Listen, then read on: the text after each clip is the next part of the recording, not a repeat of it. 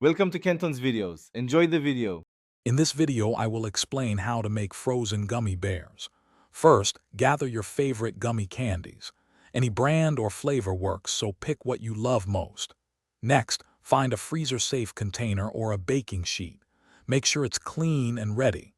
Finally, ensure your freezer has enough space to hold the gummies flat. This preparation ensures a smooth freezing process and delicious results. Now, let's get those gummies freezing. Carefully spread your chosen candies in a single layer on your prepared tray.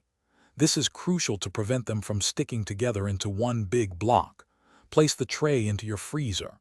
Allow them to freeze for at least 6 hours or even overnight for best results. After this time, check their firmness. They should be solid and delightfully chewy. Once your gummy bears are perfectly frozen, it's time to enjoy them.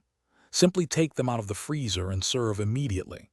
They offer a unique, firm, and chewy texture that's incredibly satisfying, especially when it's warm outside. If you have any leftovers, store them in an airtight container back in the freezer to maintain their frosty goodness.